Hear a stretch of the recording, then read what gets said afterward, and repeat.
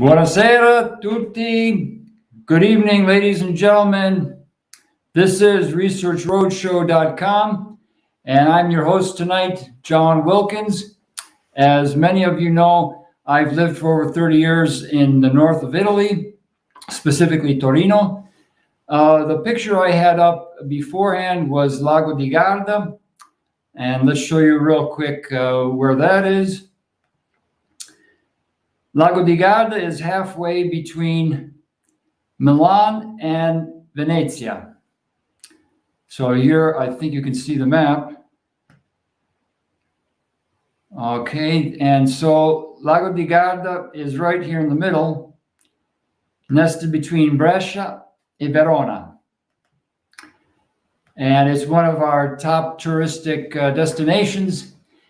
And I encourage everybody, just in case there's another pandemic or even an epidemic in some parts of Italy, in general, come as a tourist while you can, and give us a little bit of your wisdom and a little bit of your spending money as a tourist. We could really use it. A friend of mine that operates a hotel. Let me pull that up here now. He's a good friend of a good friend. Carlo manages a hotel on United States Street in downtown Turin. Let me pull that one up. Okay, so you see here, Hotel Italia. I think that's United States Street, Corso Stati Uniti, 32. I'm not sure about that, but Carlo's having a very rough time, principally because of the energy crisis that we're having in Europe right now. And we have had a problem with energy since roughly the late 80s, but now it's very intense, as you all know, because of the Nord Stream 2 and all the other shenanigans that the Seven Sisters have been playing. Well, I should say that, entities friendly to the deep state in that part of the world. Because of these issues, Italians are paying retail 73% more than they were in the same period in 2019. 73% increase. So Carlo, because most of the appliances, the bennies that the tourists enjoy are electric, Carlo is paying an arm and a leg in order to keep the hotel open. So if you do come for the holidays, let's say your Easter holiday, please stop by in Turin for a night or two, and please stay at Hotel Italia. Okay, so with starting off by the other thing I wanted to mention was the chorus, the male alpine choir that you saw, was the famous Corosat of Trento. And the Corosat is also not because of the electricity, but because of the economic conditions confronting us. The Corosat is now at risk, as are many other male or alpine choirs. They are all at risk of closing down because the stress has been very heavy on the associations and clubs, cultural associations in Italy. So one more reason to not like the antics of the deep state, because as we know, as George has covered thoroughly, Gladio was a pan-European effort with the excuse of combating the spread of communism towards the West.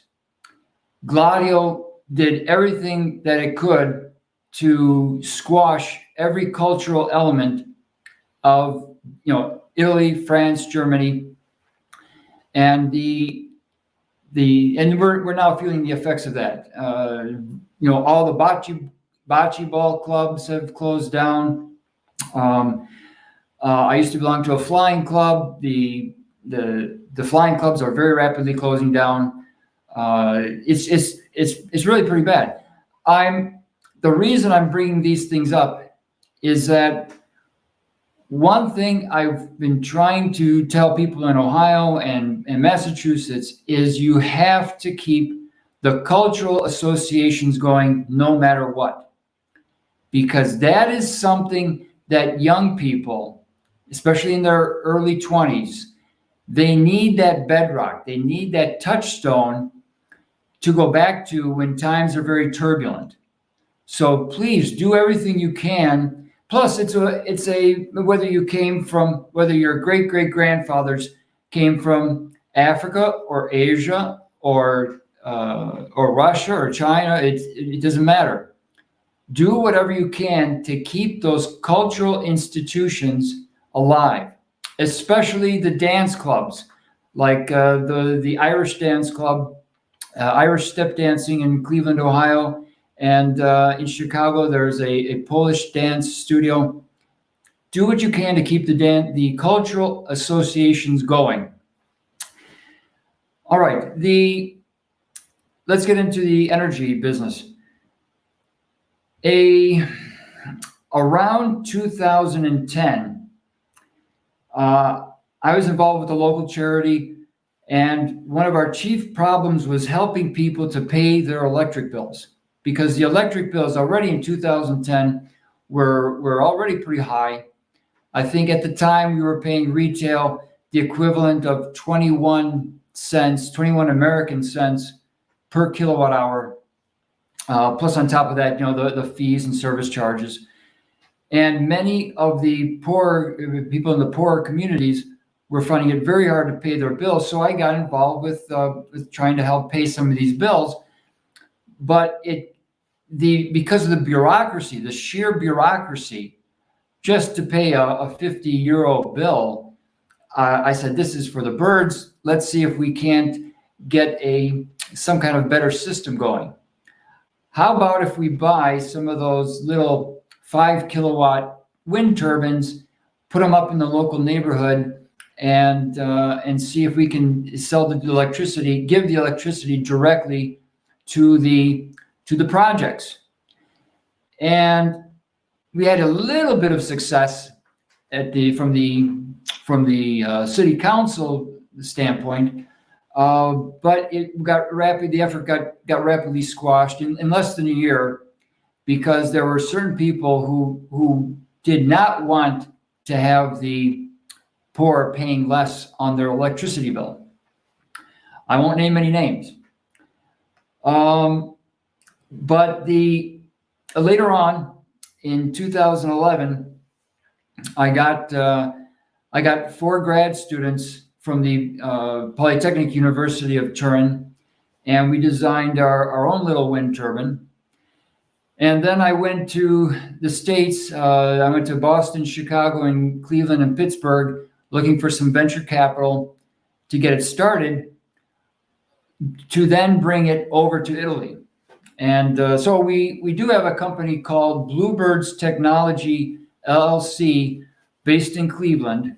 And our initial project was a 10 kilowatt wind turbine.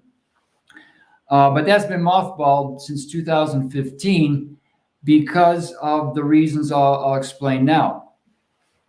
First of all, the reason we had to go to the States for venture capital was that in 2013, venture capital was drying up very rapidly across northern Italy.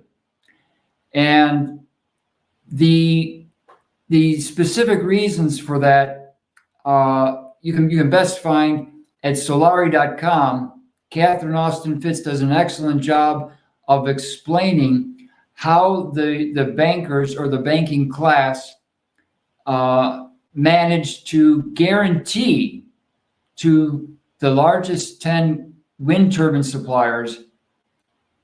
The bankers guaranteed the large suppliers like GE Wind that they could continue to make the 3-bladed turbines, which were a 50-year-old idea, for as long as they wanted. There would be no up-and-coming wind turbine manufacturer of any kind or size would have the ability to compete with the big boys.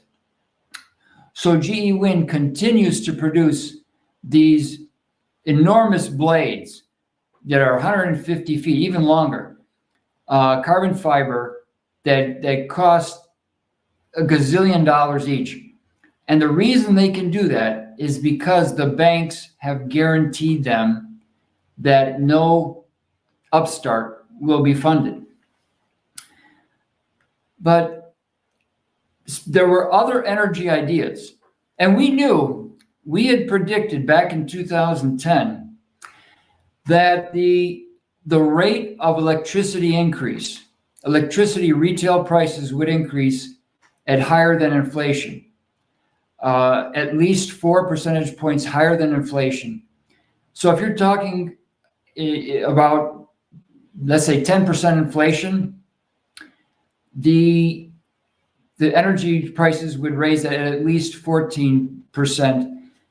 And so cumulative after 15, 20 years, that's a big increase, okay? So we predicted at the time that by 2025, people would be paying 43 cents per kilowatt hour. So the investing there in 2013 in a 5 kilowatt or 10 kilowatt wind turbine, it would pay for itself within 4 to 5 years. But it was not to be. There were other energy projects that were even better, even more advanced, and had an even shorter payback than our little wind turbine project. But because of the cultural elements, specifically that you needed to have a professor on board. You just, the 3 students by themselves could not do it. They had to have the authority figure of a professor or someone well established within the polytechnic, the polytechnic environment, on board with the project in order to carry it forward, to even think of entertaining an angel investor. So because of the cultural elements, it was a much rockier road to obtaining a €500,000 loan there in northern Italy. So that was a large part of our decision to go back to the United States to find the funding. Why am I bringing this up? Because it is the ability to somewhat predict the future. Nobody has a crystal ball, but it is the ability of the entrepreneur to know enough about the probabilities of outcome, given the information that he has on hand, and given what he thinks will happen in the future. For example, the behavior of the big companies, what projects they have on the back burner. What I'm trying to say here is that the entrepreneur takes what limited information he has or she has at the time and charts a course for that new company in order to predict how soon he will give the angel investor back his or her money. Okay, that's pretty much the name of the game. But the things were happening so quickly in northern Italy between 2008. We had Lehman Brothers in New York, and post Lehman Brothers, the financial world started to make a lot of adjustments. And even though it was, most of them were in favor of high net worth individuals, each country and each province within the various countries was doing its best to try and stay afloat. Because even the provincial government and the county government have to maintain some kind of solvency, and so they're at least formally they're tasked with creating a balance sheet, an outlook for the future, and that involves a certain prediction for the amount of jobs created from startup companies, and the eventual return on their investment of the taxpayer dollar in terms of a long-term growth, sales to an eventual medium-sized firm or Fortune 500. So the provincial and regional governments are doing their best to make it look good, to present to encourage young men and women from all over Europe to come to their province and set up a business. But even with those incentives, it wasn't enough. The people at the top, for example, in Davos, there are certain agreements made, and it is their ability to make certain agreements, knowing in advance, sometimes 10 years in advance, how a certain market will look, or how much share. This is the trick to GE Wind. GE Wind already has in their vest pocket an agreement that enables them to know with certainty that they're going to have a 29% share of the Italian market, for over the 500 kilowatt segment. They know in advance how much market share they're going to have 10, 15 years down the road. You could say the game is rigged, but that's already been said ad infinitum by several other people on the web. What I do want to encourage our subscribers to do is, as long as there are, and since we do have on the horizon here in the US and Canada, it looks like there's going to be an energy price increase. It behooves you to get together with some other citizens in your state or province and find out how your tax dollars are being spent on alternative energy companies. Do not let them tell you, do not let the self-appointed experts tell you that there is no way to get below 16 cents per kilowatt hour. It's going to be 16 cents a kilowatt hour in the next 100 years, blah, blah, blah, blah, blah. There are ways to get the price of electricity below, to the end consumer, down to 7 cents or less. Right now, unfortunately, every time a young person comes out with a good idea, the patents are applied for and quickly gobbled up by the big companies. And you have to know the tricks that they use to effectively steal the patents from the young person.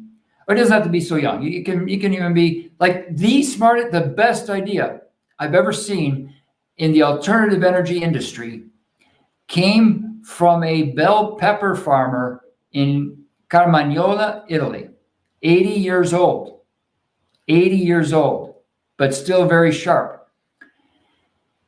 Do not let them tell you, the self-appointed experts tell you, that cars will always consume 35 miles per gallon and there's nothing you can do to get it up to 85 miles per gallon. We've tried, so you can't. Vale.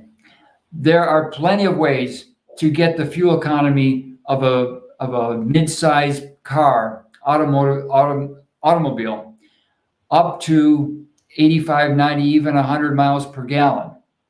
But there are certain players at the top that do not want those vehicles to come on the market. So it's very important that you subscribe, and not necessarily our channel, but other channels.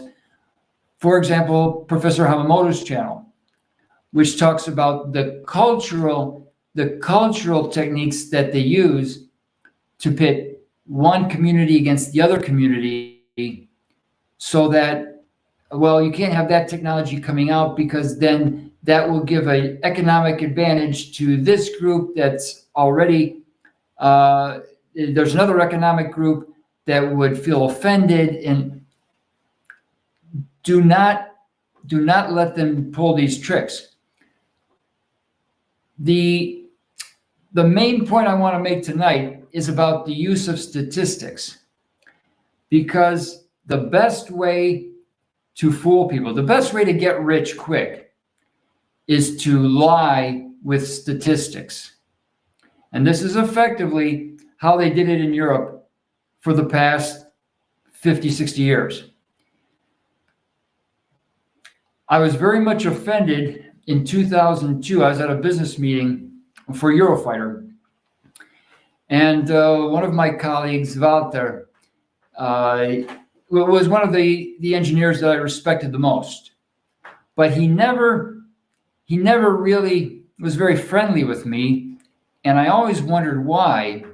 And it wasn't until this meeting, or a few days after the meeting, that I understood why his antipathy for Americans.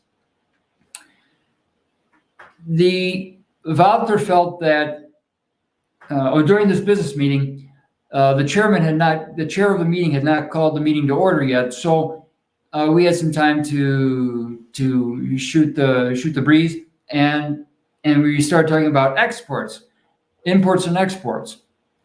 And Walter said, who was the senior engineer in the room, he said, "You know what the number one export of the USA is?"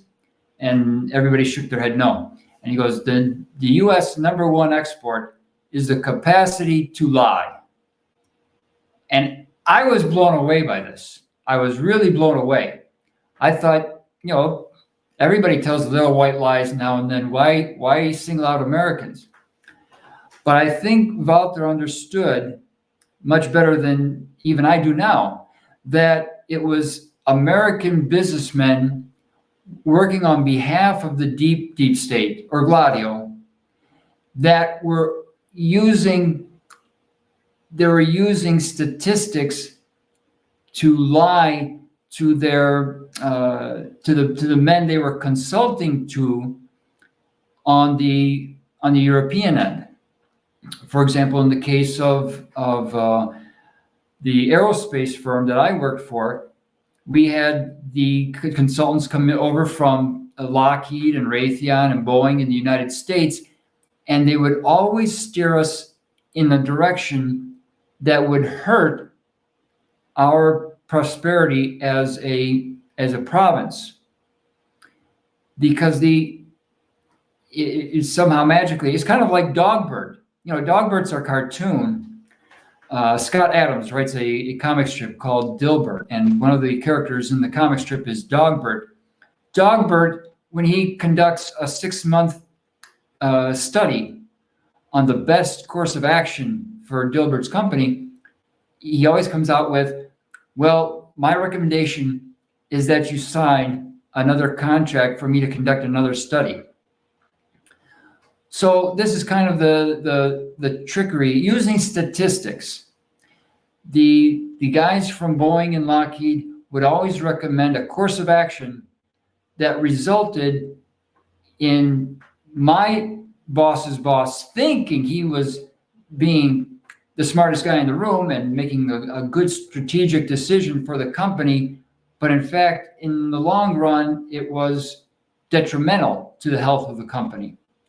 And he had wound up selling different wings, different arms of the company to Chinese, Russian, South American, and American counterparts for pennies on the dollar.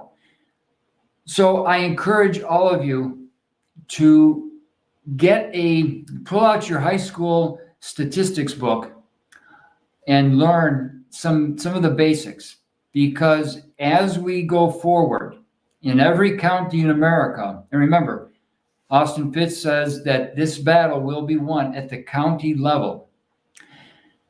It's important that you have the ability to gather your own data and then formulate questions around the data, the statistical significance of that data, to the point where you can take it to an expert in probability and statistics, maybe at your local college, and have him test it.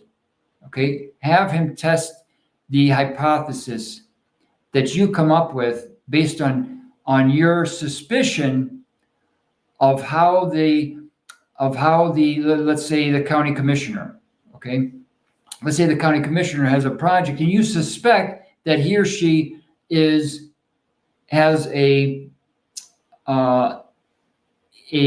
being acted upon by an outside force to skew the contract in a certain direction. Let's say, I'll choose a case purely at random. It's a $50 million new jail for the county. You suspect that he or she has a vested interest in making sure that a certain company may be connected with Seidel. This company is going to get the contract, okay? And you want to make sure that you and the group of citizens around you, because you're not going to do this solo. Your group wants to make sure that the county commissioner is laying out all the data, and that the data is statistically accurate. You have to be able, using your high school textbooks, to formulate the hypothesis, to know what a null hypothesis is, for example. I'm surprised how many people, senior managers in industry, do not know what the null hypothesis is. So it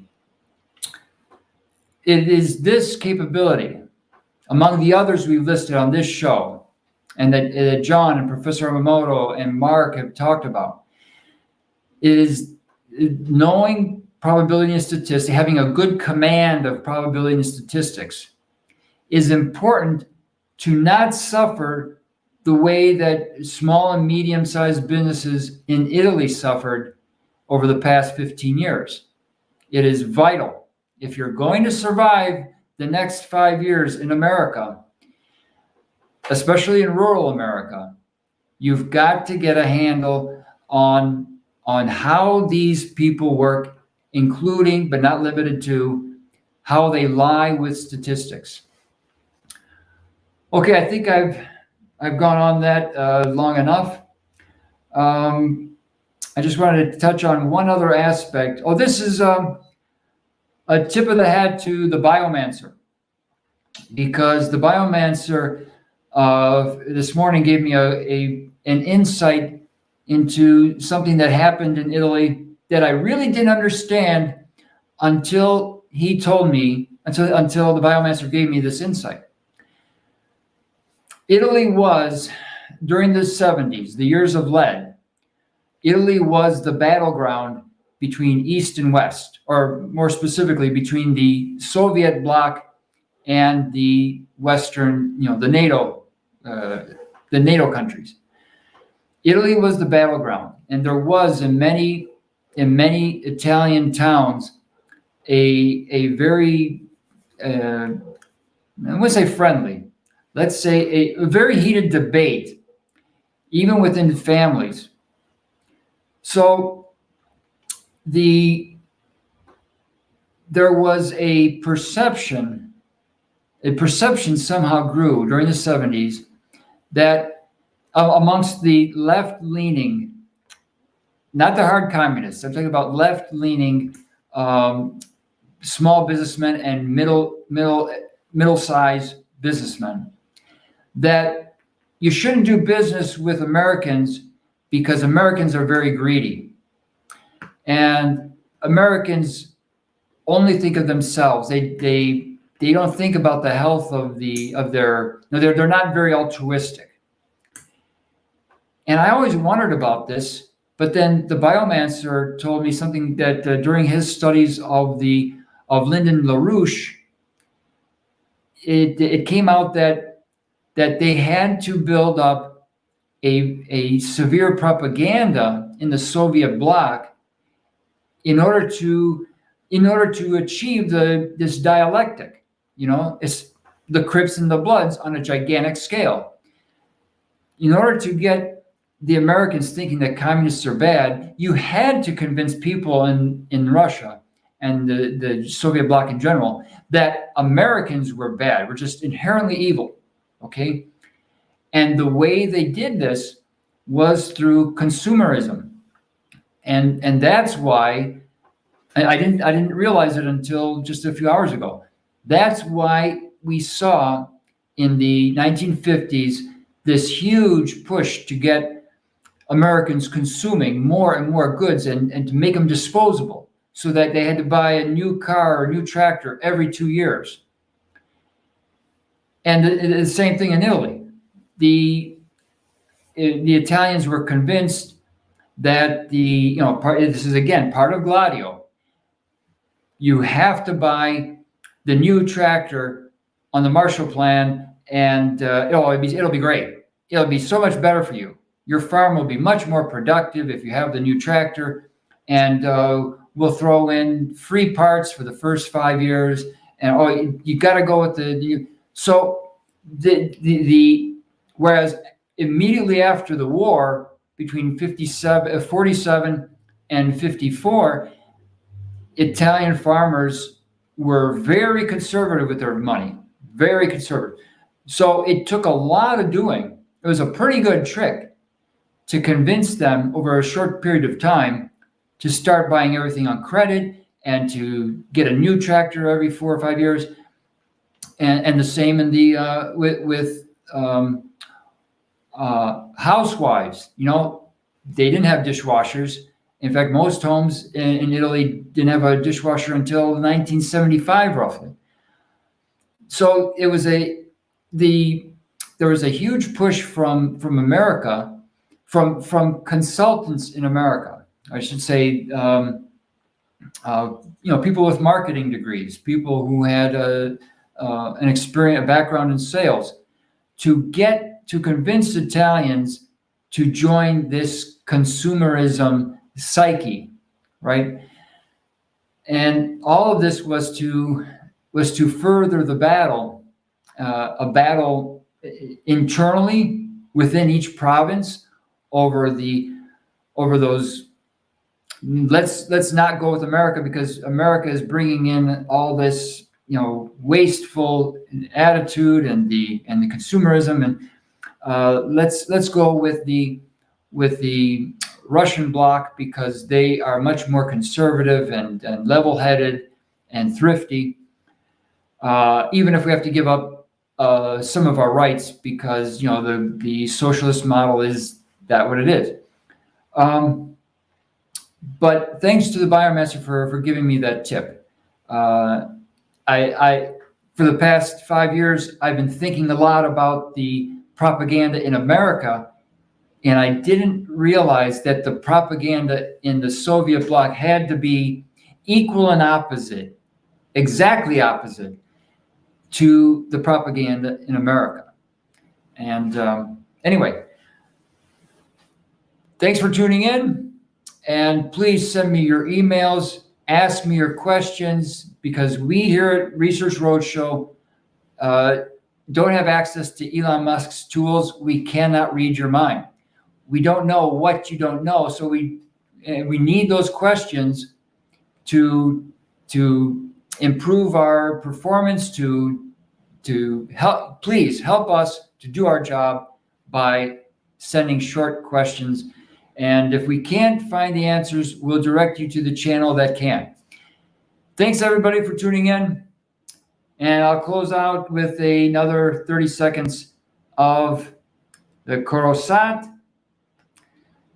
Again, from Trento. Please come to Italy, enjoy a vacation while you still can before they give us another lockdown.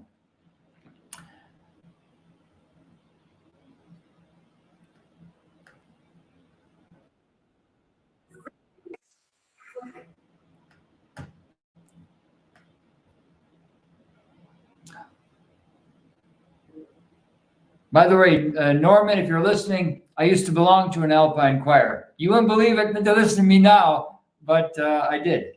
And it was great. It was really great. The Coro Sacra Familia. Okay, so here we go.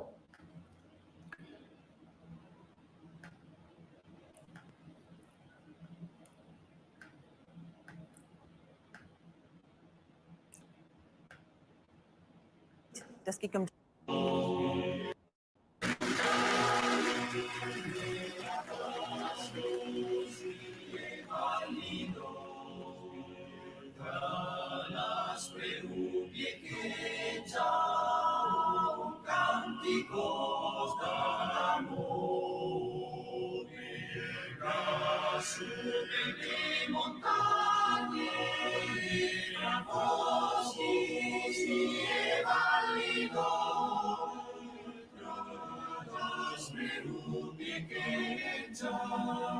un cantico d'amore.